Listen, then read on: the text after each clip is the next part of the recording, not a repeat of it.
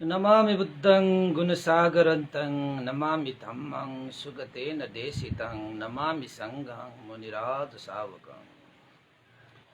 नमो बुद्धाय, नमो धम्माय, नमो संघाय।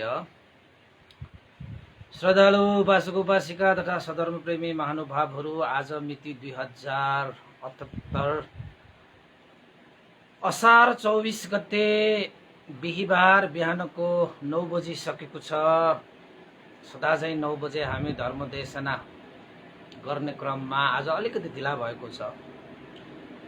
विशेष कारणवश आज अलिकति ढिला हुन गएको छ, तैपनि म उपस्थित भइसकेको छु र देश विदेशबाट फेसबुक लाइभ धर्मदेशना सुन्नको निमित्त फेसबुकमा जोडिरहनु हुने सम्पूर्ण उपासक उपासिकाहरूमा सदा चाहिँ म भिक्षु विमलो श्री सिद्धिमङ्गल बुद्ध विहार सिद्धिपुर सानागाउँ थसी महालक्ष्मी नगरपालिका वडा नम्बर 6 बुद्ध मार्गबाट सबैलाई मैत्रीपूर्ण न्यानो स्वागत गर्न चाहन्छु। र वर्षा भइरहेको छ, झरी परिरहेको छ, चिसो चिसो छ है। र यो समयमा अब धर्मदेशना सुनेर न्यानो आवाज सबैलाई मिलोस् भन्ने आशिका पनि गर्न चाहन्छु। त उपासक उपासिका तथा सधर्मप्रेमी महानुभावहरू, आज हामीले मिलिन्द प्रश्न नामक ग्रन्थबाट विभिन्न देशना गर्दै आउने क्रममा आज हामीले शिवी राजाले जुन नेत्र यानि कि आँखा दान गर्नुभयो त्यो विषयमा मिलिन्द राजाले भगवान नागसेन भन्ते सामुन्ने एउटा जिज्ञासा राख्नु भएको थियो, प्रश्न राख्नु भएको थियो। त यो प्रश्नलाई तपाईले बुझ्नको निमित्त शिवी राजाको एउटा जातक तपाईहरूले चाहिँ बुझ्न आवश्यक छ। तपाईहरूले शिवी जातक तपाईले सुन्नु भयो भएन त्यो त थाहा भएन, तर जहाँसम्म लाग्छ देशना सुन्दै गरिरहेका उपासक उपासिकाहरूले यो शिवी जातक भगवान बुद्ध शिवी राजा बोधिसत्वको रूपमा जन्म हुँदाखेरि शिवी राजाले आफ्नो आँखा पनि निकालेर दान गरेको थियो। त्यसरी दान गर्दाखेरि अन्ततः शिवी राजाको यो मंश चक्षु दान गरिसकेपछि अन्तमा सत्य क्रियाको अनुभवले शिवी राजाको अर्को आँखा पलायो, जुन आँखा साधारण आँखा थिएन, दिव्य चक्षु प्राप्त गरे। त तपाईलाई यो जातक त सुन्नु भएको होला। अब यो जातक नसुनिकन फेरि यो प्रश्न बुझ्दैन। फेरि तपाईलाई मैले अलिकति सरस्वती यो जातक पहिला सुनाइदिन्छु है। सरस्वती है, तपाईलाई यो जातक राम्रोसँग बुझ्नु छ भने भिक्षु विमलोको युट्युब च्यानलमा गएर तपाईले शिवी जातक भनेर टाइप गर्नुहोस्। त्यसपछि शिवी जातक मजाले 2 घण्टा जतिको छ होला त्यो चीज त्यहाँ तपाईले मजाले सुनिसकेपछि डिटेलमा है विस्तृत रूपमा त्यहाँ तपाईले पाउनुहुनेछ।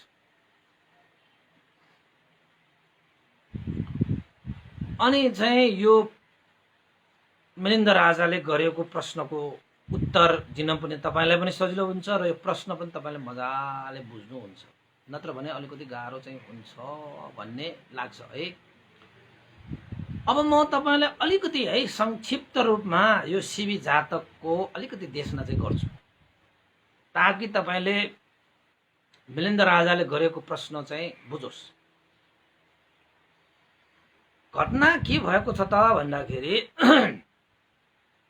भगवान बुद्ध पारमिता गुणधर्म सम्पादन गर्ने सिलसिलामा अब 4 असंख्य 1 लाख कल्पसम्म भगवान बुद्धले बुद्धत्व प्राप्तिको लागि जुन पारमिता गुण धर्म सम्पादन गर्नु पर्थ्यो त्यो त उहाँले 4 असंख्य 1 लाख कल्पसम्म 10 वटा पारमिता, 10 वटा उपपारमिता, 10 वटा परमत्थ पारमिता गरेर 30 पारमिता भनेर भनिन्छ। यानी कि 30 वटा पारमिता गुण धर्महरू सम्पादन गरेका थिए र मूलत 10 वटा नै हो। त्यही पारमितालाई उपपारमिता र परमत्त पारमिता गरेपछि 30 वटा बन्न जाने हो। त उपासक उपासिकाहरू राम्रोसँग सुन्नुहोस् है। पहिला त्यो शिवी जातक नसुनेकाहरूले पनि मैले संक्षिप्त रूपमा भने पनि तपाईँहरूले त बुझ्नुहुन्छ नि होइन। त हाम्रा शाक्यमुनि तथागत भगवान शास्ता गौतम बुद्ध एक जन्ममा शिवी नामक राजाको रूपमा बोधिसत्व जन्म लिनुभएको थियो। त शिवी राजाले पारमिता गुण धर्मलाई पूरा गर्नको निमित्त कस्तो कुशल चेतना वृद्धि भयो भने संसारमा परहित उपकार गर्नको निमित्त त्याग गर्नु जरुरी छ। जबसम्म त्याग भावना विकसित हुँदैन तबसम्म अरू कुराहरूको विकास गर्न गाह्रै हुन्छ। त राजा कुशल चेतनाले ओतप्रोत भएको व्यक्ति, धर्मचित्त त्यागचित्तले सुसम्पन्न भएको व्यक्ति, राजाले आफ्नो दरबारमा चारैवटा दिशामा चारैवटा दानशालाहरू निर्माण गरे र दरबारको बीच भागमा पनि एउटा दानशालाको निर्माण गरे। यसरी चारै दिशामा दानशालाहरू निर्माण गरेर त्यो दानशालाबाट जसले जे हात थाप्न आयो ती चीजहरू दिएर पठाउने, दान दिएर पठाउने त्यो शिवी राजाको स्वभाव थियो। अब त्यस्ता राजाहरू त कहाँ पाउनु र होइन। अलिकति विस्तृत रूपमा त तपाईको जातकै भन्नुपर्छ। अब 1 घण्टाको समयमा भन्न सकिँदैन त्यो सबै। त राजाले चारै दिशामा दानशाला बनाएर त्यसरी दान गर्दै गर्दाखेरि पनि मनमा कस्तो चेतना उत्पन्न भयो त भन्दाखेरि मैले जति पनि दान गरिरहेको छु हैन, जसले याचकहरू आओस्, दिन दुखीहरू आओस्, भोका नाङ्गाहरू आओस्, जोसुकै आओस्, हात थापेर आउने व्यक्तिलाई कहिले पनि हात खाली पारेर कहिले पनि पठाउनु भएन शिवी राजाले। भगवान बुद्ध नै हो त्यो राजा चाहिँ। त एक दिन विचार आयो, चेतना आयो शिवी राजालाई, मैले जति पनि त्याग गरिरहेको छु, दान गरिरहेको छु, यो त मैले बाहिरी चीजहरू त्याग गरिरहेको हो, यानी कि भौतिक चीजहरू त्याग गरिरहेको हो। यदि कसैले म कहाँ आएर मेरो यो शरीरको अंग प्रत्यंग माग्न आए पनि, यानी कि यो शरीर भित्रको अंग प्रत्यंग जे माग्न आए पनि त्योसम्म पनि म त्याग गर्छु। मलाई दिनुमै सन्तुष्टि मिल्छ, दिनुमै मलाई सुख मिल्छ, दिनुमै मलाई आनन्द मिल्छ। र यो त्यागको अनुभवले संसार उद्धार गर्ने बुद्धत्व ज्ञान यानी सर्वज्ञ ज्ञान प्राप्तिको लागि यो सम्पूर्ण त्याग हेतु होस्, सम्पूर्ण त्याग आधार होस्, त्यसको लागि म त्याग गर्न चाहन्छु। यदि कसैले मसँग भित्री अंग प्रत्यंग माग्न आए पनि त्यो पनि म दिएर पठाउँछु। यसो पनि प्रश्न पनि गर्ने छैन, किन तिमीले यो मागेको भन्ने प्रश्न पनि गर्दैन। दिने मान्छेले त्यसरी प्रश्न गर्दैन, नदिने मान्छेले गर्छ त्यो किन, कसरी, के को लागि, कहाँको लागि, के हो, सारा चीजहरू खोज्ने गर्छ। त्यागी मान्छेले त्यस्तो चाहिँ सोच्दैन, उसलाई दिनुमै सुख मिल्छ। शिवी राजाले त्यसो विचार गरे, त घोषणा पनि गरे, मैले आजसम्म बाहिरी रूपमा जे जति भौतिक चीजहरू छ त्यो पनि चारै दिशामा दानशाला राखेर मैले त्याग गर्दै राखेको छु।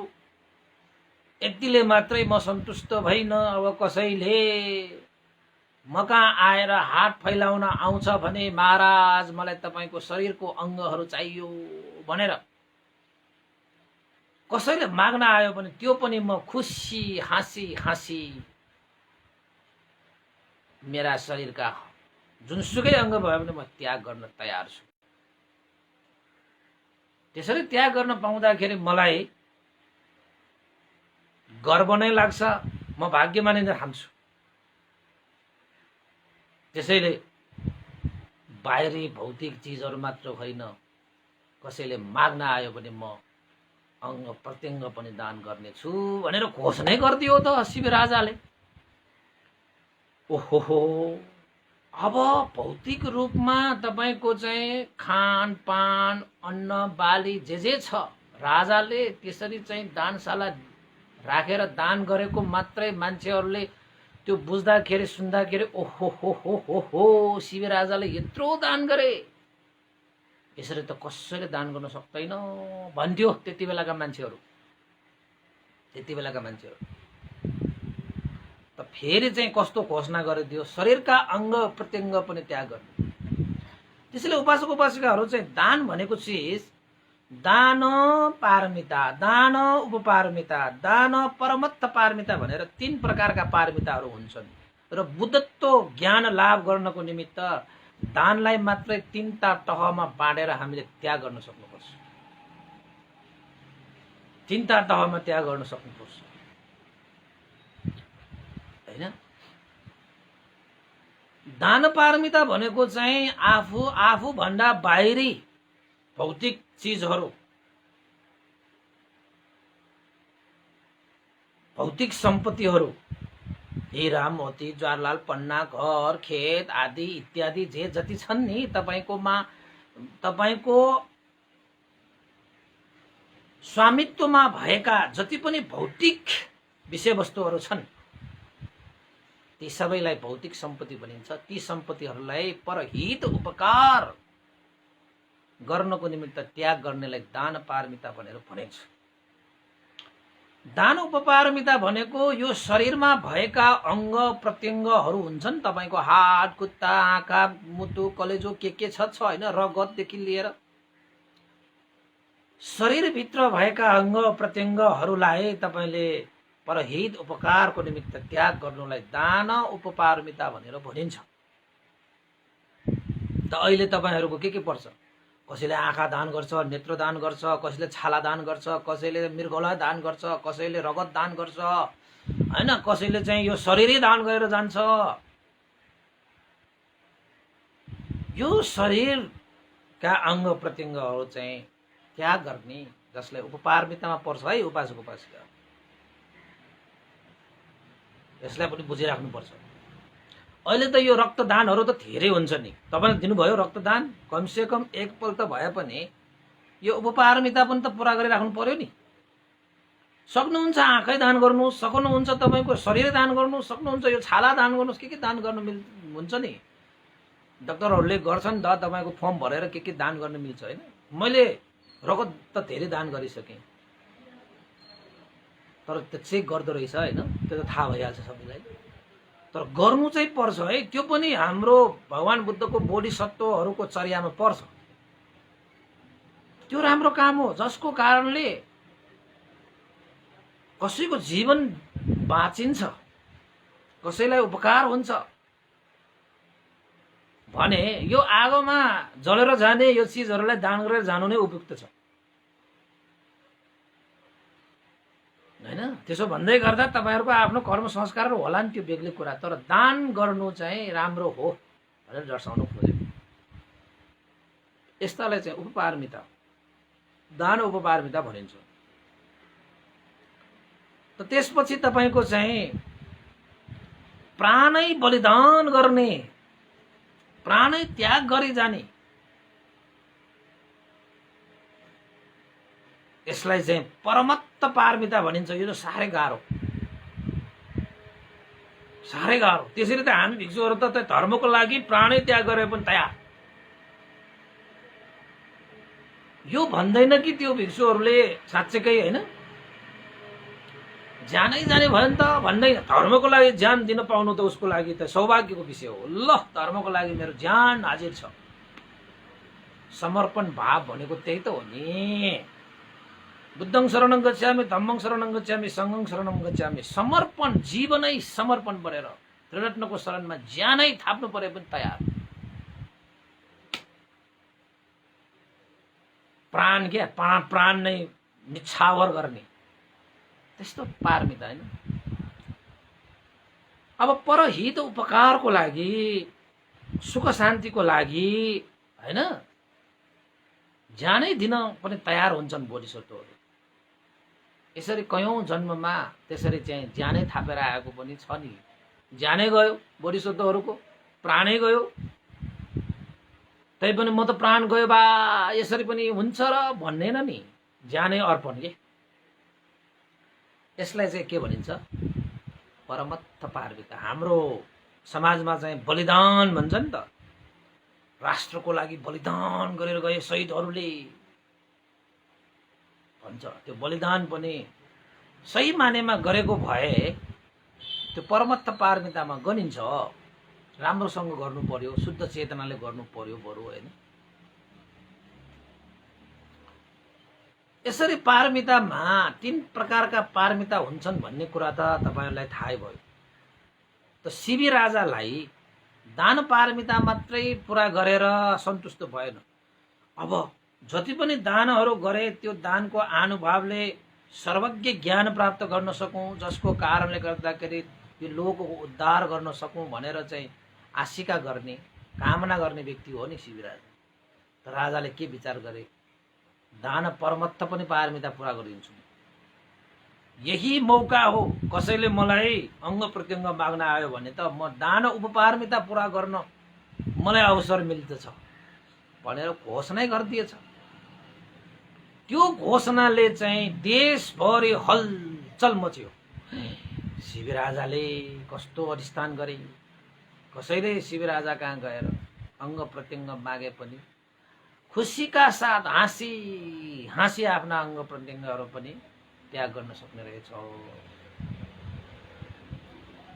त्यसपछि शिवी राजाको त्यो अधिष्ठान, शिवी राजाको त्यो त्याग देखेर चाहिँ इन्द्र महाराजको आसनै तात्यो। इन्द्र महाराजले आफ्नो आसन तातेर के भएर यो तातेको रहेछ भनेर इन्द्र महाराजले हेर्दाखेरि त शिवी राजाले त्यस्तो अधिष्ठान गरेको देखेछ, थाहा पाएछ। त इन्द्र महाराज एउटा ब्राह्मणको भेष लिएर आयो, शिवी राजा कहाँ आएछ। यो शिवी राजाले जुन अधिष्ठान गरेको साँच्चै गर्न सक्छ कि सक्दैन हेरौँ न। म पनि बोधिसत्वको जन्ममा इन्द्र महाराजले अब परीक्षा भन्छ नि त, देवताले परीक्षा लिन आएको जस्तो इन्द्र महाराज आए। इन्द्र महाराज आएर ब्राह्मणको बुढा वृद्ध ब्राह्मणको भेष लिएर आउँदाखेरि चाहिँ शिवी राजा कहाँ आएर प्रार्थना गर्न आएछ। महाराज कस्तो भन्दाखेरि आँखै नभएको ब्राह्मण के, अन्धो ब्राह्मण, लोडोले टेकेर, हुन त इन्द्र महाराजै हो त्यो, तै पनि चाहिँ अन्धो वृद्ध ब्राह्मण भएर आयो। ब्राह्मणले माग्यो भने दिनुपर्छ भन्ने त्यति बेलाको धारणा। त के मागेछ त भन्दाखेरि, महाराज म त अन्धो छु, तपाईको त 2टा आँखा छ, एउटा आँखा मलाई दान गर्नुहोस्, जसको कारणले गर्दाखेरि तपाईँ पनि आँखा देख्नुहुन्छ, म पनि आँखा देख्छु, यति मलाई उपकार चाहियो महाराज भनेर त्यो भेषधारी ब्राह्मण इन्द्र महाराजले शिवी राजा कहाँ हात फैलाएर आँखा दान मागे, नेत्र दान मागे। त शिवी राजालाई त ओहो आज मलाई चाहिँ ठुलो सौभाग्य प्राप्त भएको छ, दान गर्ने मौका प्राप्त भएको छ। एउटा आँखा नभएको व्यक्ति आएर मसँग आँखा मागेको छ, ओहो यो जस्तो चाहिँ खुसीको कुरा मेरो जीवनमा अरू के हुन सक्छ। यो भौतिक चिजहरू दान गरेर कति दान गर्नु, अब त म शारीरिक अंग प्रत्यंग पनि दान गर्छु भनेर अधिष्ठान गरेको मान्छे, ओहो यो ब्राह्मणले चाहिँ मलाई यस्तो परमत्थ पारमिता होइन, ए होइन उपपारमिता दान उपपारमिता पूरा गर्ने सुवर्ण अवसर दियो यो ब्राह्मणलाई। साधुवाद साधुवाद साधुवाद। शिवराजा खुसी भए। शिवराजाले कस्तो भने अचम्मको कुरा, हे ब्राह्मण, तिमीले मसँग एउटा आँखा माग्यो, तिमीलाई त दुईटै आँखाको खाँचो छ नि हैन? तिमीले एउटा माग्यो, तिमीलाई त पाए दुईटै आँखा भएको भए झनै जाति हुन्छ। त्यसैले हे ब्राह्मण, तिमीले मलाई उपपारमिता पूरा गर्ने सुवर्ण अवसर दियो, एउटा आँखा तिमीले माग्यो, होइन म तिमीलाई दुईटै आँखा दिन्छु। दुईटै आँखा, किन भन्दा यस्तो दान गर्ने अवसर पछि पाउला नपाउला। यस्ता अन्धा मान्छे आएर राजा कहाँ आएर आँखा माग्न आउला नआउला, त अहिले त आँखा माग्न आयो नि, त त्यसो यो बेलामा चाहिँ यो अवसरलाई म किन गुमाउने? म त सारा अङ्ग प्रत्यङ्ग त्याग गर्छु भनेर चाहिँ अनुष्ठान गर्ने मान्छेलाई यस्तो अवसर म गुमाउँछु भनेर शिवराजाले के गरे? हे ब्राह्मण, म तिमीलाई दुईटै आँखा दान गर्न चाहन्छु। तिमीमा त दुईटै आँखा देख्दैन, तिमी मलाई यो अवसर दिन आएकोमा तिमीलाई धेरै धेरै साधुवाद। मलाई यो पुण्य गर्ने अवसर दिन आयो हैन भनेर शिवराजाले शिवको वैद्यलाई हैन बोलाएछ। आफ्नो राज्यको वैद्य बोलाएर भनेछ, हे शिवक, यो ब्राह्मणले मसँग एउटा आँखा माग्यो, म कसैलाई हात फैलाएर आएकोलाई म कसैलाई निराश पार्दिनँ, खाली हात म कहिले पनि फर्काउँदैन। मलाई चारै दिशामा जुन दानहरू चाहिँ गरेर अझै पनि मलाई सन्तुष्ट छैन, त्योभन्दा पनि उपपारमिता परमत्त पारमिता कसैले ज्यानै मागे पनि त म ज्यान दिन तयार छु। त आज एउटा ब्राह्मण आएर मसँग आँखा माग्न आयो, हे शिवक, ल मेरो चाहिँ यो आँखा निकालिहाल। एउटा होइन दुईटै आँखा निकालिहालेर मेरो हातमा राखिदेऊ र यो आँखा म ब्राह्मणलाई चाहिँ दान गर्न चाहन्छु, जुन दानको पुण्यले म सर्वज्ञ ज्ञान प्राप्त गर्न सकूं, जसको कारणले त्रिलोकलाई उद्धार गर्न सकूं। यसो मात्र के भनेको थियो शिवको वैद्य त अचम्म भए। त्यहाँका मन्त्री अमात्य हुन्न महाराज, हुन्न हुन्न हुन्न। तपाईले यसरी आँखा दान गर्नुभयो भने तपाईँ अन्धो हुन्छ। तपाईँ अन्धो भयो भने त कसरी राज्य सञ्चालन हुन्छ? जनताहरू के गर्दै बस्छन्? जनताहरूको दुःख सुखमा तपाईले कसरी साथ दिन सक्नुहुन्छ? हुन्न महाराज, यस्तो चाहिँ अनर्थ नगर्नुहोस् भनेर मन्त्री अमात्य पुरोहित तपाईको शिवको वैद्यदेखि लिएर साराका सारा त्यो राज कर्मचारीहरूले सबैले प्रार्थना गरे, महाराज यसो चाहिँ नगर्नुहोस्, बरु तपाईलाई जति मन छ चारै दिशामा दानशाला राखेर बरु अझै थपेर दिने हो भने पनि दिनुहोस्। तपाईलाई नपुगेको भनेको के छ? जति दिए पनि तपाईको सकिने हुँदा पनि होइन। जसरी कुवामा हैन तपाईले जति पानी निकाल्यो त्यति पानी आइरहन्छ। शिवको वैद्यले जति दान गर्यो त्यति नै उसको धन सम्पत्तिहरू चाहिँ जोडिन आउने के। जति धन सम्पत्ति दियो त्यति नै जोडिन आउने। त महाराज यस्तो चाहिँ नगर्नुहोस्, यस्तो अनर्थ नगर्नुहोस्, हामीलाई अनाथ नबनाउनुहोस्। तपाईले दुईटै आँखा चाहिँ नदेखेपछि हामी त अनाथ जस्तै हुन्छ महाराज भनेर साराले प्रार्थना गरे। कतिपल्ट? 3 पल्ट। तैपनि शिवराजाले भन्नुभयो, दिन्छु भनेर भनिसकेपछि नदिनु यो धर्म होइन। मैले यो ब्राह्मणलाई मैले दुईटै आँखा दिन्छु भनिसके, यो ब्राह्मण पनि दुईटै आँखा लिनको निमित्त तयार भइसके र त्यो ब्राह्मणलाई दुईटै आँखाको पनि आवश्यक छ हैन।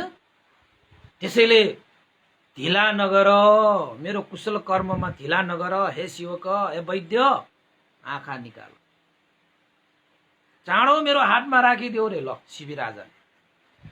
त्यसपछि राजाको हुकुम आदेश अगाडि वैद्य पनि अब त्यसै बसिरहन सकेन। बिचरा वैद्यलाई गाह्रो भयो साह्रै, राजाको आँखा काट्नु पर्ने। उसको हात काटिरहेको थियो। शिवी राजाले भने हौसला दिएर, हे वैद्य, तिमी त साह्रै शिल्पवान छौ, आँखालाई काटेर तिमीले निकालेर चाहिँ अर्काको आँखामा तिमीले चाहिँ त्यो प्रत्यारोपण भन्छ नि त अहिलेको हिसाबबाट, त्यस्तो गर्नमा त तिमी निपुण मैले सुनेको छु। किन आज तिम्रो हात काटिरहेको छ? निकाल, काट, छिट्टो मेरो हातमा राखिदियो र दान गर्न पाऊ, मेरो कुशल कर्ममा ढिला सुस्ती नगर भन्नु पो रहेछ त। त्यसपछि वैद्य, शिवको वैद्यले राजाको चाहिँ साँच्चैकै आँखा काट्यो। काट्दै गर्दाखेरि पनि शिवको वैद्यले के भनेका थिए, महाराज अझै पनि समय छ, मैले यो तपाईँको आँखा काटेर जुन घाउ पारेको छु, मसँग यस्तो औषधिहरू पनि छन् जुन घाउलाई म तुरुन्तै ठिक पार्न सक्ने त्यस्तो औषधि पनि मसँग छ, अहिले पनि समय छ है महाराज, तपाईँले भयो नकाट भन्नुहोस्, म औषध राखेर ठिक पारिदिन्छु। शिवी राजाले के भन्छ, के भन्दैछौ हे वैद्य, तिमी मेरो कुशल कर्म बाधा दिन खोजिरहेका छौ कि मेरो कुशल कर्म तिमीले साथ दिने हो? ल छिटो काट। यसरी शिवको वैद्यले पनि 3 पल्ट आँखा काट्दै झिक्दै गर्दाखेरि शिवको वैद्यले पनि शिवी राजालाई सोधेको थियो, अझै पनि समय छ महाराज, अझै पनि समय छ, तपाईँले होस् म दान गर्दिनँ, म नकाट भन्नु भयो भने म रोकिहाल्छु। शिवी राजाले दिने भनिसकेपछि नदिने यो धर्मले दिँदैन, यस्ता असत्य मार्गमा म लाग्दैन। मलाई त जति चाँडो हुन्छ त्यति नै मलाई चाहिँ दान गर्नु छ, छिट्टो मेरो हातमा आँखा राखिदेऊ, ब्राह्मणलाई म दान गर्नुपर्छ भन्छ। संक्षिप्त देशना गरेको है तपाईहरुलाई। त अन्ततः शिवको वैद्य पनि बाध्य भएर शिवी राजाको आँखा काटेर हातमा राखिदिन्छ। त हातमा राखिसकेपछि शिवी राजा त खुसी हुन्छ, ओहो मैले चाहिँ आज उपपारमिता पूरा गर्न पाउने भए, ए ब्राह्मण तिमी मलाई यस्तो पुण्य गर्नको निमित्त तिमीले अवसर दियो, लौ लाऊ तिमीले आँखा देखोस्, तिम्रो जीवन सुख होस्, शान्ति होस्। तर याद गर यो आँखा मलाई मन नपरेर मैले दान गरिरहेको होइन, मलाई पनि मन पर्छ यो आँखा,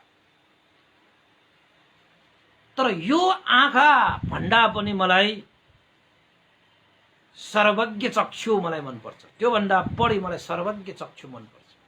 त्यही सर्वज्ञ चक्षु प्राप्त गर्नको निमित्त मैले यो आँखा तिमीलाई दान गरे है। मलाई मन नपरेर त्यतिकै तिमीलाई दिएको चाहिँ होइन। जुन सर्वज्ञ चक्षु मैले प्राप्त गरे भने त्यो लोकको उद्धार गर्न सक्छु भनेर हातमा राखिदिए बा शिवी राजाले। ल हेर्नुस् त आँखा निकालेर अब कति रगतहरू बग्यो होला आँखाबाट। यो शिवी राजाको त तपाईको चाहिँ फिल्म बनाउनु पर्ने, कति मजा हुन्छ। त्यसपछि त्यो ब्राह्मण जुन चाहिँ इन्द्र महाराज थियो, वृद्ध ब्राह्मणको वेशधारी हैन, त्यसले चाहिँ आँखा दान गरेर लिएर आँखा चाहिँ राखेर आखिरमा त्यो इन्द्र महाराज सबैले देख्ने गरी चाहिँ नगरबाट गयो आँखा लिएर। सबै त्यहाँ मन्त्री अमात्यहरूदेखि सबै नरोएको भनेको मान्छे कोही पनि छैन। राजाले हामीलाई अनाथै बनाए, अब राजाको अन्धो भयो, सबै मान्छे रोइरहेको छ, कराइरहेको छ। शिवी राजाले भनेछ, किन रोन्छौ तिमीहरू? पुण्य कुशल कर्म गर्दाखेरि त साधु अनुमोदन दिनु नि, तिमीहरूलाई पनि त्यतिकै पुण्य लाग्छ। आज रोएर चाहिँ यो दानमा चाहिँ तिमीहरूले चाहिँ दाग लगाउने, नरो, साधुकार दियो। राजाको घोषणा। अब राजालाई भनेपछि अब कसले के गर्नु? त्यसपछि राजा अब आँखा नभइसकेपछि आँखा भएको अवस्थामा जस्तो काम कर्तव्यहरू गर्न सकेन। राजालाई मनमा के आयो?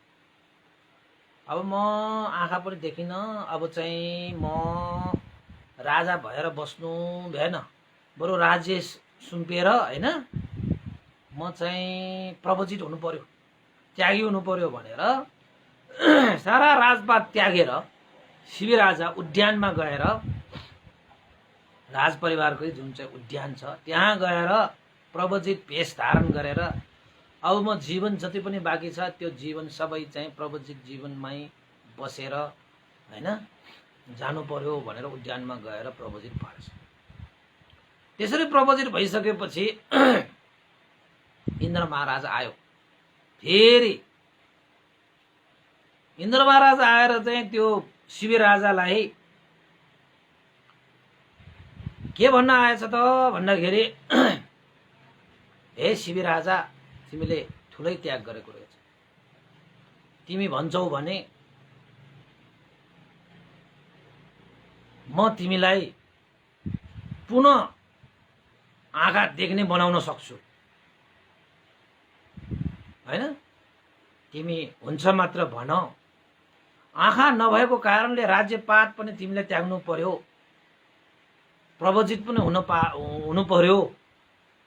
भन तिमीलाई आँखा चाहिएको छ भने म तिमीलाई आँखा ल्याइदिन्छु भनेर भन्दाखेरि शिवी राजालाई के भने, मलाई प्रवजित हुनुमै सुख छ, मलाई राज्यपाट त्याग्नुमा नै मलाई सुख छ, मलाई आँखा भयो नभएकोमा कुनै फरक छैन।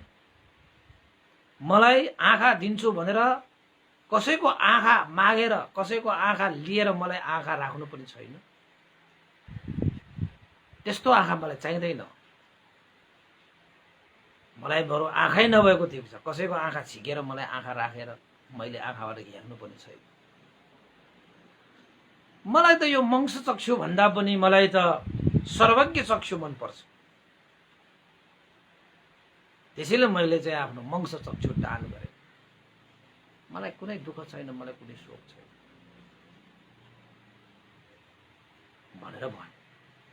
त इन्द्र महाराजले के भने त भन्दाखेरि, महाराज त्यसो होइन, म कसैको पनि आँखा दान लिएर कसैको आँखा झिकेर तपाईलाई राख्न आएको पनि होइन।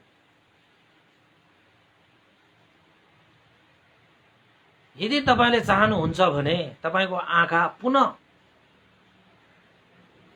जस्ताको तस्तै आँखा सम्पन्न गर्न म तपाईलाई मार्ग प्रशस्त गरिदिन्छु महाराज, तपाई हुन्छ मात्र भन्नुहोस्। त शिवी राजाले के भने, मलाई कसैको आँखा त प्रत्यारोपण गरेर मलाई हेर्नु पनि छैन। आफूमा भएको आँखा त म दान गर्ने व्यक्तिलाई कसैको आँखा दान दिएर कसैले आँखा लिएर मैले आँखा राखेर मलाई आँखा हेर्नु पनि छैन।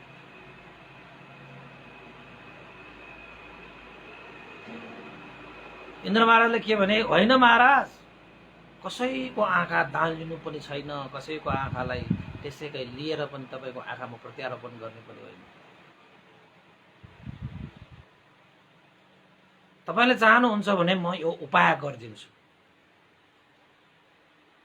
यदि तपाईले आफ्नो जुन आँखा उपपारमिताको रूपमा तपाईले दान गर्नुभयो त्यो महान सत्य हो। त्यो सत्य वचनको आनुभावले मेरो आँखा पुनः जिउको त्यो भएर आओस् भनेर तपाईले चाहिँ अधिष्ठान गर्नुहोस्, सत्य क्रिया गर्नुहोस्। म पनि त्यस्तो सत्य क्रिया गर्छु कि मेरो जीवनमा जे जति मैले सत्य कामहरू गरेको छु त्यो सत्यको आनुभावले शिवी राजाको आँखा जिउका त्यो भएर आउन् भनेर म पनि सत्य क्रिया गर्छु र तपाई पनि सत्य क्रिया गर्नुहोस् भनेर इन्द्र महाराजले पनि अधिष्ठान गरे, सत्य क्रिया गरे र शिवी राजाले पनि सत्य क्रिया गरे। अब चाहिँ कसरी गरे, मैले जति पनि दान गरेको छु त्यो सम्पूर्ण दान शुद्ध रूपमा मैले त्याग गरेको छु।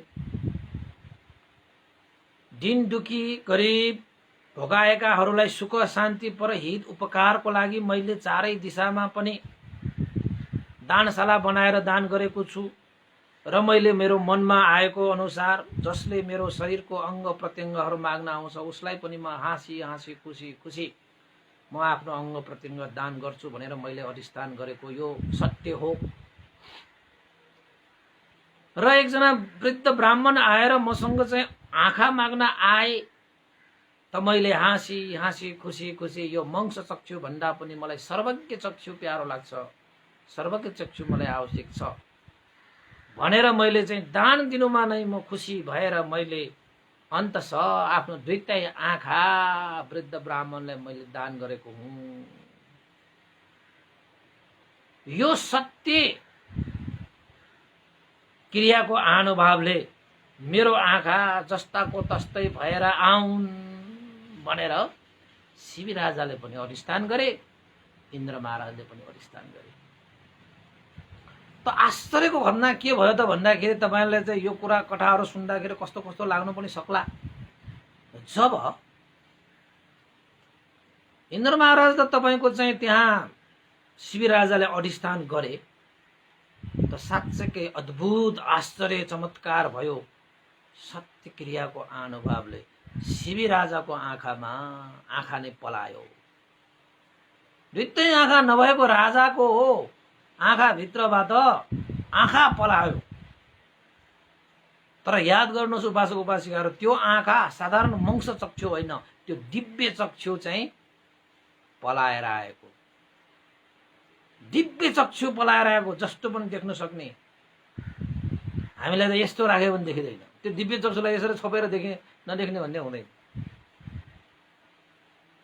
त शिवी राजा दिव्य चक्षु प्राप्त भइसकेपछि ओहो आफूले गरी आएको यो सत्य क्रियाको अनुभवले मैले त दिव्य चक्षु पो प्राप्त भए।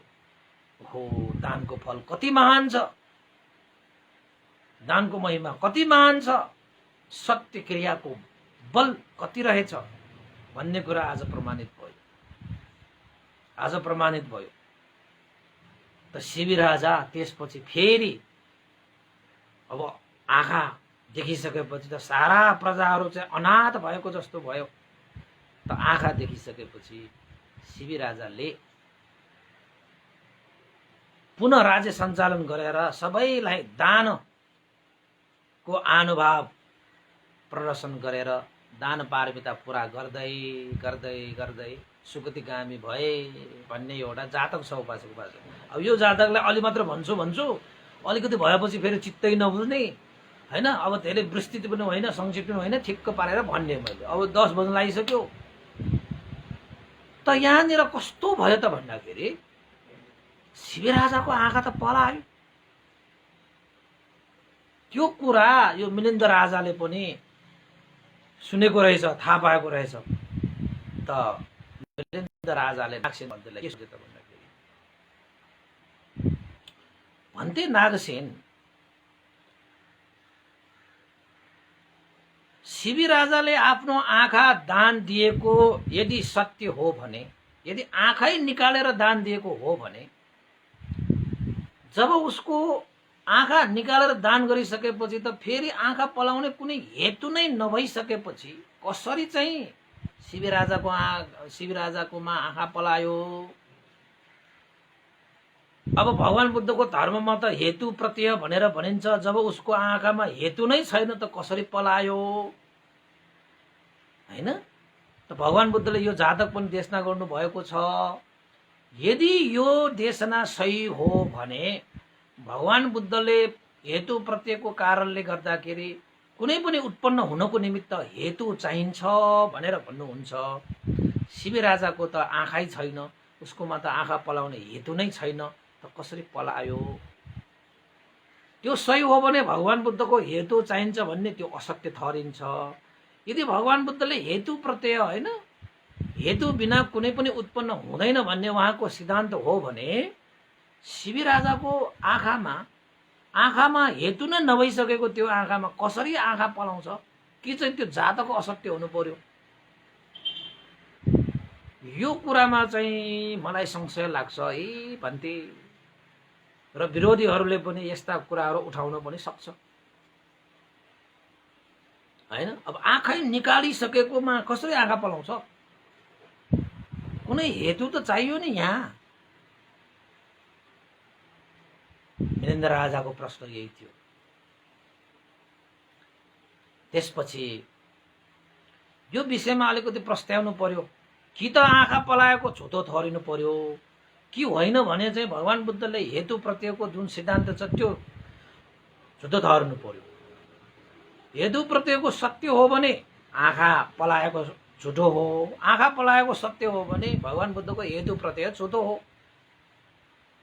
भन्नुस् नागसेन भन्थे। यो विषयमा चाहिँ मलाई अलिकति प्रस्ताइदिनु पर्यो, कसरी चाहिँ यो शिवी राजाको आँखामा कसरी आँखा पलायो जबकि उसँग हेतु नै छैन भने।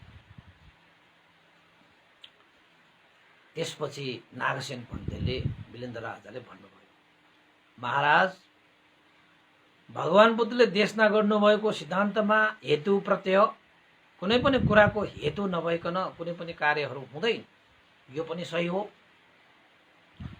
र अर्को शिवी राजाले आँखा दान गरिसकेपछि अन्ततः शिवी राजाको आँखामा दिव्य चक्षु पलाएको यो पनि सही हो भन्थे नागसेन। दुईटै कुरा सही हो भने कुन चाहिँ गलत त? त्यसो भए कसरी दुईटा कुरा सही हुन्छ? दुईटै कुरा त एक आपसमा चाहिँ विरोधाभास छ त। हेतु प्रत्यय भनेको हेतु नभइकन कुनै पनि चिज उत्पन्न हुँदैन। त अब शिवी राजाको त हेतु नै नभइसकेको आँखाको त्यो सबै निकालेर दिइसकेपछि त त्यहाँ आँखा पलाउने त के हुन्छ? त्यहाँ हेतु नै छैन त कसरी पलाउँछ? त नागसेन भन्तेले भन्नुभयो, महाराज मिलिन्द शिवी राजाको सवालमा कसरी आँखा पलायो भन्ने विषयमा यहाँनिर तपाईले सुन्नु भएको हुनुपर्छ महाराज कि त्यो आँखा त्यत्तिकै पलाएको होइन। त्यहाँनिर इन्द्र महाराजले पनि सत्य क्रिया गर्नुभएको छ र स्वयं शिवी राजाले पनि आफ्नो दान पारमिताको सत्य क्रिया गर्नुभएको छ। महाराज यहाँ आँखा पलाउनुमा यो जुन सत्य क्रिया छ त्यही कारण भएर आँखा पलाएको हो। सत्यमा साह्रै ठुलो बल हुन्छ महाराज, सत्यमा साह्रै ठुलो बल हुन्छ। भगवान बुद्धहरूले पनि जुन बुद्धत्व ज्ञान प्राप्त गर्नुभयो त्यो पनि सत्यको बलले नै प्राप्त गर्नुभएको। सत्य नभएको भए, सत्यता नभएको भए त्यसरी ज्ञान प्राप्त गर्नै सक्दैन। त्यो सत्यको बल भनेको चाहिँ बेतोडको हुन्छ महाराज, बेतोडको हुन्छ। त्यसैले यहाँ पनि सत्यको बल प्रस्तुत गरिएको छ। सत्यको बलले हेतु बनेर शिवी राजाको मंश चक्षु मात्र होइन दिव्य चक्षु पनि उत्पन्न भएर आएको हो महाराज। जसरी कुनै कुनै ठुलठुला विद्वानहरूले सत्य क्रिया गरेर तपाईले सुन्नु भएको होला, ठुला ठुला सिद्ध पुरुषहरूले आफ्नो सत्य क्रियाको बलले पानी पनि पार्न सक्छ, पानी पनि पार्न सक्छ। जस्तै तपाईले सत्य क्रिया गर्नु अगाडि आकाशमा पानी पर्ने कुनै पनि हेतु हुँदैन, लक्षण हुँदैन, तर त्यस्ता सिद्ध पुरुषहरूले उसले चाहना गर्यो भने उसले आफ्नो सत्य क्रियाको अधिष्ठानले आकाशमा यसो हेर्दाखेरि कुनै पनि हेतु प्रत्यय नै नभएको जस्तो भए तापनि उसको सत्य क्रिया नै हेतु प्रत्यय भएर आकाशमा बादलहरू यत्र तत्रका सारा बादलहरू एकै ठाउँमा एकमुष्ट हुनेर ठोकिएर त्यो बादलबाट वर्षा हुन सक्छ। यस्ता सिद्ध पुरुषहरू ठुलठुला चाहिँ ध्यानी योगीहरूले आफ्नो सत्य क्रियाको बलले त्यसरी वर्षा पनि गर्न सक्छ महाराज। त्यो वर्षामा कुनै चाहिँ तपाईको पहिल्यै बादल लागेको, कुनै नै चट्याङ परेको त्यस्ता हेतुहरू नदेखिएला। त्यहाँनिर त्यो वर्षा हुनुमा हेतु भनेकै त्यो पुरुषहरूको चाहिँ हैन, त्यो व्यक्तिहरूको चाहिँ सत्य क्रियाको बलले त्यो वर्षा हुने हो महाराज। त्यही कारण बनेर वर्षा हुन्छ। सत्यको बल चाहिँ साह्रै भित्रको हुन्छ महाराज। सत्यको बल साह्रै भित्रको हुन्छ। त्यो त सत्य धारण गर्ने मान्छेले अनुभव गर्ने विषय हो। सत्यता नभएकोले त्यो विषयलाई बुझ्नु त के, उनीहरूले सोच्न पनि सक्दैन। उनीहरूको क्षमता भन्दा परको विषय भयो त्यो महाराज। त्यस्तै गरी त्यस्ता चाहिँ योग ध्यान बलले प्राप्त गरेका सत्यवादी व्यक्तिहरूले आगो पनि निभाउँछ। आगो पनि निभाउँछ। मेरो यो सत्यको अनुभवले यो आगो निभेर जाओस्। जसरी पानी राख्दाखेरि आगो निभेर जान्छ, त्यसरी नै सत्यवादी सत्यता भएको व्यक्तिहरूले सत्य क्रिया गर्यो भने आगोमा पानी हाले जस्तै त्यो सत्य क्रिया हालेपछि दन बलेको आगो पनि निभेर जान्छ। सत्यमा ठुलै बल हुन्छ महाराज। सत्यमा ठुलै बल हुन्छ। सत्यमा ठुलै बल हुन्छ महाराज। यति मात्र होइन, ठुल्ठुला आँधी बेरी पानीहरूलाई पनि चिर्न सक्छ सत्यले।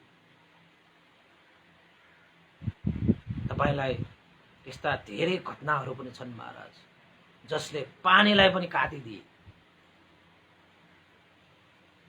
आँधी बेरीलाई पनि शान्त पारिदिए, खोलालाई पनि काटिदिए। कुनै त्यस्ता सत्यवादी सत्य क्रियाको अनुभवले खोलामा पनि पानीलाई काटेर तर्न सकिन्छ। त्यस्तो शक्ति सत्यमा हुन्छ महाराज। यो अद्भुत शक्ति सत्यमा मात्रै हुन्छ। सत्यमा मात्रै हुन्छ। यसैले शिवी राजाको आँखा पलाएकोमा कुनै ठुलो आश्चर्य कुरा होइन।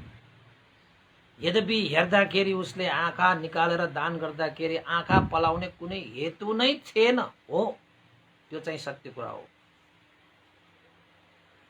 तर शिवी राजाले सत्य क्रिया गरेको छ। त्यो सत्य क्रिया नै आँखा पलाउने हेतु बनिदियो के महाराज। त्यसैले शिवी राजाको चाहिँ मंस चक्षु मात्र होइन, दिव्य चक्षु नै उत्पन्न भएर आए महाराज। दिव्य चक्षु नै उत्पन्न भएर आए। सत्यको बल बेजोडको हुन्छ महाराज। सत्यको बल बेजोडको हुन्छ। त्यसैले सत्य क्रिया नै त्यहाँ हेतु भएर आँखा पलाएको भएर भगवान बुद्धले कुनै पनि कार्य हुनको निमित्त हेतु प्रत्ययको अनुभवले कुनै विषय उत्पन्न विनाश हुने हो। हेतु भयो भने हैन, कारण भयो भने कार्य हुने हो। त्यो पनि सही हो। भगवान बुद्धको त्यो स्वरै आना सत्य हो, 100% सही हो। र अर्को कुरा, सत्य क्रियाको अनुभवले शिवी राजाको आँखा पलाएको पनि सत्य हो। त आँखा पलाउनुमा शिवी राजाको हेतु नै नभएको कसरी पलायो भनेर विरोधीहरूले भन्छन् भने सत्यको बलले शिवी राजाको आँखा पलाएको, सत्य क्रियाले शिवी राजाको आँखा पलाएको। त्यहाँ सत्य क्रिया नै हेतु बनिदियो महाराज। हेतु बनिदियो महाराज भनेर नागसेन भन्देले मिलिन्द राजालाई भन्छ बा, तपाईँ हामीलाई पनि यो विषयमा अझै पनि अन्यल छ। अझै पनि तपाईँ हामीहरूको चाहिँ विषयमा चाहिँ अन्यल किन हुन्छ त भन्दाखेरि पट्याउन गाह्रो छ नि त। अब आँखा त्यत्तिकै पलाउने त होइन हैन। नेट गयो जस्तो छैन। आँखा भनेको चाहिँ त्यत्तिकै तपाईको चाहिँ भन्ने बित्तिकै त्यसरी पलाएर आएको भनेको त अब तपाईको लागि त यो नौलो विषय मात्र होइन, यो त असम्भव विषय जस्तो नै लाग्छ। तर हेर्नुहोस् बासोको बासिकाहरू, भगवान बुद्धले बोधिसत्वको रूपमा जन्म लिनु हुँदाखेरि सर्वज्ञ चक्षु प्राप्त गर्नको निमित्त यस्ता चाहिँ मंस चक्षु चाहिँ निकालेर दान गर्नुभयो। त्यसरी चाहिँ शुद्ध रूपले अर्काको हित सुखको निमित्त आँखा नै निकालेर दान गर्न सक्ने त अरू त भनेको त बोधिसत्वहरूले मात्रै गर्न सक्छ। त्यो तपाईँ हामीलाई त धेरै गाह्रो विषय हो। त कसैले गर्न सक्ला, बोधिचर्या म पनि गर्छु भन्नेहरू पनि निस्किएला, त्यो बेग्लै कुरा हो। तर त्यस्तो सामर्थ्य बोधिसत्वहरूमा मात्रै हुन्छ। तपाईँलाई लाग्दो होला बोधिसत्वहरूले त्यसरी आँखा दान गरेको शिवी राजाको पालामा दुईटा आँखा मात्र दान गरे भन्नु होला, त्यसरी होइन। बोधिसत्वहरूले त्यसरी आँखा मात्र दान गरेर आएको त यो राति आकाशमा जति पनि यो ताराहरू देखिन्छ, बरु त्यो ताराहरू गन्न सकिएला रे। बोधिसत्वहरूले त्यसरी आँखा दान गरेर आएको तपाईँ गन्न सक्नुहुन्न रे। कति दान गरेर आयो होला तपाईँ आफै अन्दाज गर्नुहोस्। यो शिविर जातक त एउटा उदाहरण मात्रै हो, एउटा उपमा मात्रै हो। यो त यसरी त कयौं जन्ममा बोधिसत्वहरूले चाहिँ आफ्नो चाहिँ अङ्ग प्रत्यङ्गहरू दान गरेर आएको छ नि। आँखा मात्रै त तपाईँको आकाशको तारा भन्दा बढी। मासु काटेर दान गरेको तपाईँको चाहिँ महासत्वको रूपमा चाहिँ तपाईँको नमो बुद्धमा तपाईँको महासत्वले चाहिँ त्यो बाघहरूलाई होइन, धुचाहरू होइन, बाघहरूलाई त्यसरी चाहिँ मासु काटेर खुवाएको, त्यसरी मासु काटेर मात्र खुवाएको चाहिँ त यो धरतीको हो ढुङ्गा माटो भन्दा बढी भइसक्यो ल। कति मात्र दान, कति जन्म त्यसरी काटेर दान गरेर आएको। रगत दान गरेको मात्रै समुद्रको पानी भन्दा पनि बढी भइसक्यो। कति दान गरे होला उपासको उपासिका। त्यतिको शक्तिमा बसेर आएको हो नि बोधिसत्वहरू भनेका। तपाईले पनि आफ्नो जीवनलाई सत्यमा डोराउँदै जानुहोस्। त्यो सत्यले तपाईलाई यस्तो शक्ति दिन्छ, यस्तो बल दिन्छ, त्यो तपाईले अन्दाजै गर्न सक्नुहुन्न। अब देख्नु भएन, मंस चक्षु दान गरे त दिव्य चक्षु निस्केको, पलाएर आएको, आँखा पलाएर आएको भन्छ त्यसलाई। त नागसेन भन्तेले मिलेन्द्र राजालाई सम्झाउनको निमित्त यो विषयहरू प्रस्तुत गर्नुभएको।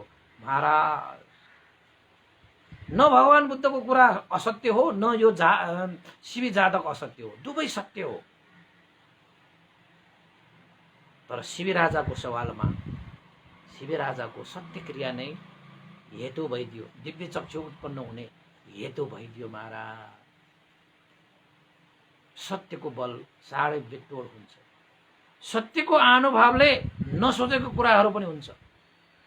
भगवान बुद्धत्व ज्ञान प्राप्त गर्नको निमित्त यस्ता सत्यको मार्गमा हिँडेर त उसपोल भगवान बुद्धले यस्ता महान सर्वज्ञता प्राप्त गर्न सकेको। के सत्यतामा बल हुँदैन त महाराज? तर राजा त छक्क परेर बसिरह्यो।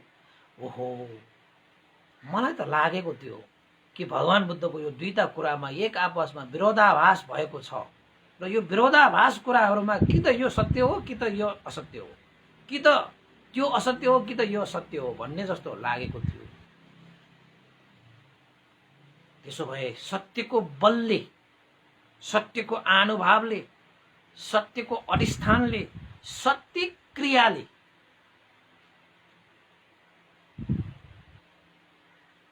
शिवी राजाको आँखा पलाएको रहेछ।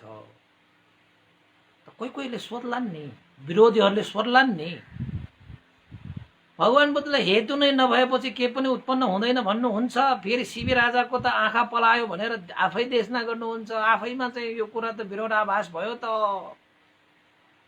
भनेर विरोधीहरूले चाहिँ शङ्का उपशङ्का गरेर चाहिँ हैन नाना कुराहरू चाहिँ उछाल्दाखेरि यो साधारण बुद्धि विवेक भएका मान्छेहरूलाई त अन्योल पल्छ, उपशङ्का शङ्का निवारण हुँदैन। त्यसैले मिलेन्द्र राजाले चाहिँ नागसेन भन्तेलाई सोधे। किन त भन्दाखेरि नागसेन भन्ते जस्तो त्यति बेलाको चाहिँ विद्वान अरू पछि आउला नआउला के ठेगान, अहिले भएको अगाडि भएको बेलामा यो प्रश्न पनि सोधिहालौँ भनेर मिलिन्द्र राजाले यो प्रश्न सोधेको। यो विषयमा चाहिँ सत्य क्रियाको आनुभाव, सत्य बलको आनुभावले यो दिव्य चक्षु पलाएको विषयमा नागसेन बन्देले प्रस्ताइदिनु भयो है। सत्यको बलले आगो पनि दिवाउन सकिन्छ, सत्यको बलले पानी पनि पार्न सक्छ, सत्यको बलले खोलालाई पनि काट्न सकिन्छ भनेर राजा स्वयंले मिलिन्द राजाले उपमा दिए। यो शिवराजाको एउटा आँखा पलाएको मात्र आश्चर्यको कुरा होइन, शिवराजाको दिव्य चक्षु प्राप्त भएको मात्रै यो चाहिँ चमत्कार जस्तो भएको होइन। यसमा पनि हेतु त छ त, कारण त छ त। सत्य क्रिया नै उसको हेतु, सत्य क्रिया नै उसको कारण त छ नि। सत्यमा त ठुलो बल पो हुँदो रहेछ भनेर नागसेन बन्देले मिलिन्द राजाले भने। धेरै उपमाहरू दिनुभयो, धेरै उपमाहरू दिनुभयो। यो उपमाहरू चाहिँ अहिले चाहिँ आज धेरै सबै उपमाहरू दिन थाल्यो भने चाहिँ समय धेरै लाग्छ हैन। अब 10:15 पनि हुन लागिसक्यो।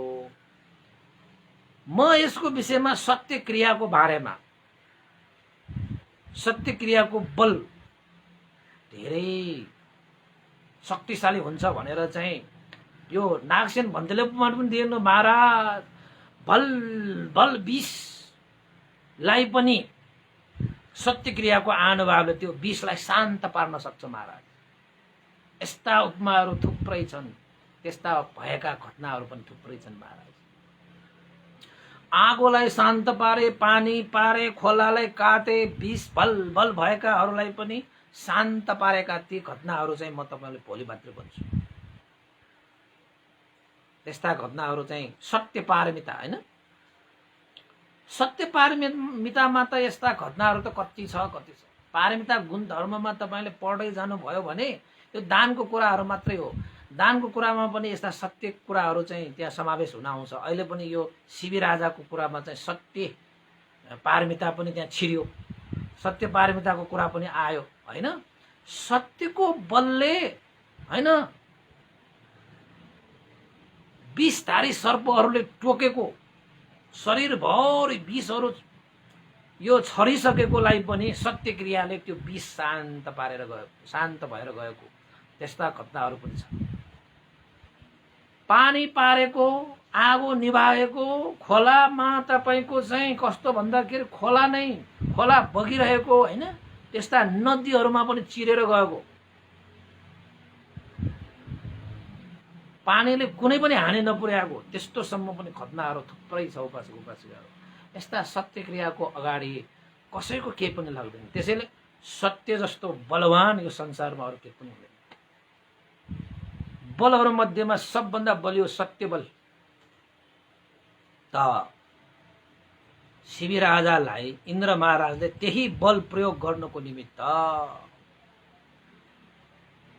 अनुरोध गर्नुभयो र त्यो अनुरोधलाई शिवराजाले पनि स्वीकारेर सत्य क्रिया गर्दाखेरि त मंस चक्षु होइन, मंस चक्षुको सत्तामा दिव्य चक्षु पलायो, उपासक उपासिका दिव्य चक्षु पलायो।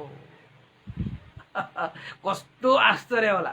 सत्य आश्चर्य नै हुन्छ, असत्यहरूलाई त झनै आश्चर्य हुन्छ। किन त भन्दाखेरि असत्यहरूले त सत्यको महानता, महिमा, त्यसको सामर्थ्य बुझ्नै सक्दैन।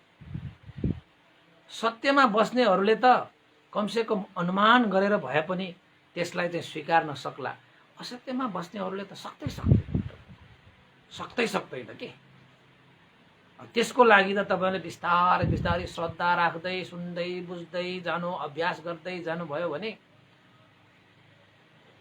अनि बल्ल सत्यको अनुभव तपाई आफैले भोग गर्नुहुन्छ अनि बल्ल विश्वास गर्नुहुन्छ के। त्यसैले शिवराजाको सवालमा सत्य बलको अनुभव यहाँ प्रस्तुत भएको नागसेन बन्देले मिलिन्द राजालाई विभिन्न उपमाहरू दिनुहुन्छ। 1 2 3 4 उपमाहरू, आगो निभाएको, पानी पारेको, त्यसपछि तपाईको भल भल हैन हल हल ती विष चाहिँ शान्त पारेको, यस्ता सत्य क्रियाको विषयमा धेरै उपमाहरू दिनुभएको छ। त्यो उपमा चाहिँ म तपाईलाई भोलि मात्र दिउँला, आज दियो भने धेरै लामो हुन्छ हैन। तपाईँहरूको पनि धेरै काम होला, 1 घन्टा जति मात्रै देशना गर्नुपर्छ भन्ने मान्यता राख्छु अब चाहिँ म।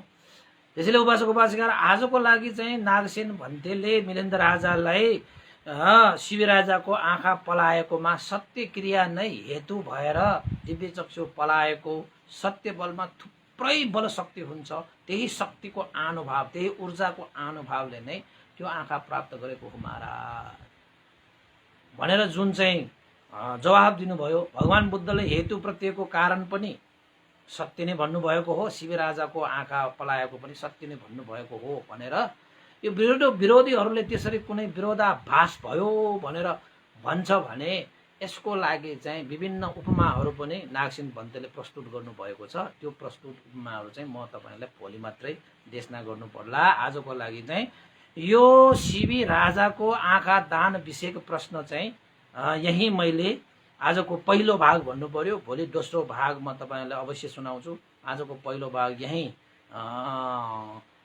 टुङ्ग्याउने अनुमति चाहन्छु। सबैले शान्त दान्त भएर सुनिदिनु भयो, त्यसको लागि धेरै धेरै साधुवाद है। र अब आज के उपासक उपासिकाहरूको श्रद्धा दानलाई पनि यहाँ अनुमोदन गर्नु आवश्यक छ।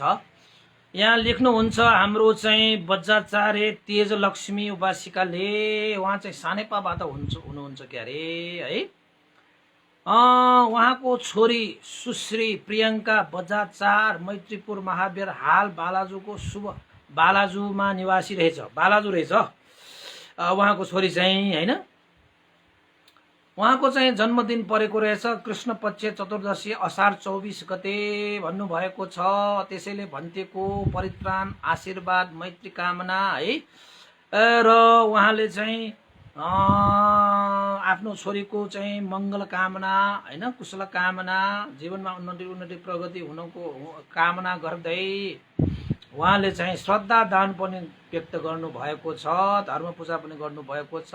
रु 1555 भनेर उहाँले चाहिँ उहाँ उपासिका तेजलक्ष्मी शाक्य बज्राचार्य पञ्चराज बज्राचार्य माता पिता भन्नुभएको छ। आज चाहिँ यो जन्मदिन चाहिँ छोरी प्रियङ्का सुश्री प्रियङ्का बज्राचार्यको जन्मदिन परेको उपलक्ष्यमा है।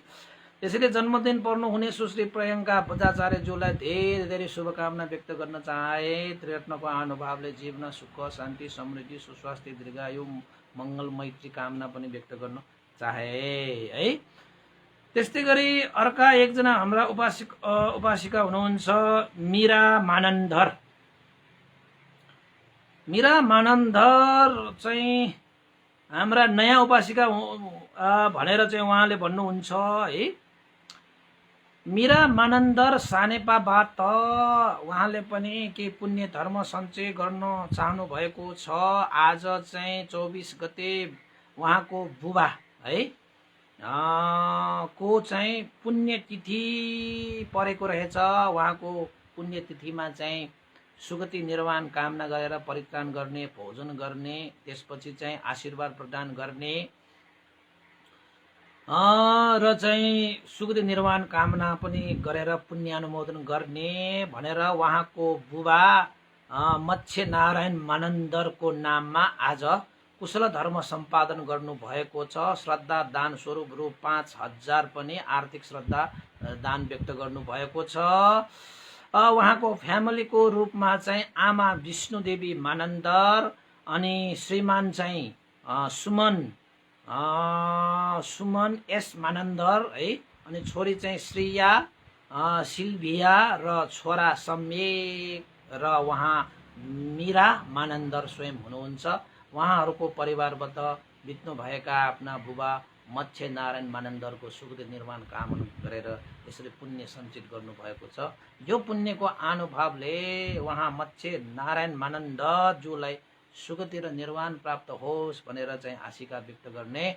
जुनसुकै गतिमा जन्म लिइरहे तापनि कुनै अभाव नहोस्, सम्पूर्ण परिपूर्ण होस् भनेर पनि आशिका व्यक्त गर्न चाहे है।